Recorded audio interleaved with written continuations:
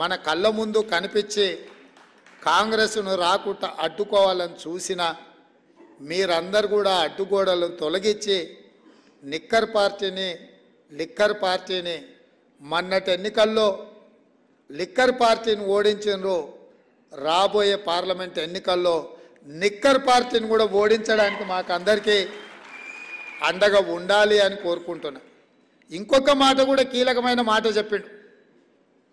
ఇంటికి వచ్చిన నా మనవన్ని ఆశీర్వదించడానికి ఆ సందర్భంగా ఇంకొక మాట చెప్పిండు గద్దరన్న. రేవంత్ జీవితాంతం గుర్తుపెట్టుకో, పొలిటీషియన్తో కొట్లాడడం సులువు, క్రిమినల్తో కొట్లాడడం అంతకంటే సులువు. కానీ క్రిమినల్ పొలిటీషియన్తో కొట్లాడడం అంత సులువు కాదు. నీ ఎదురుగున్నోడు క్రిమినల్ పొలిటీషియన్ అనుకుంటున్నావు, కాదు క్రిమినల్ అని చెప్పి కేసీఆర్ గురించి నాకు చెప్పడం జరిగింది.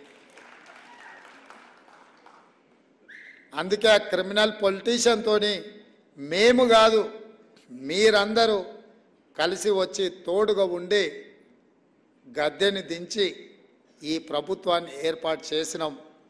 ఇవాళ ఏ పని చెయ్యాలన్నా దాన్ని అడ్డుకోవాలన్న ఆలోచన తప్ప ప్రతిపక్ష పార్టీగా ప్రజలకు మేలు జరిగే సలహాలు సూచనలు ఇవ్వడం మానేసి శాపనార్థాలు పెట్టుకుంటూ తిరుగుతున్నారు.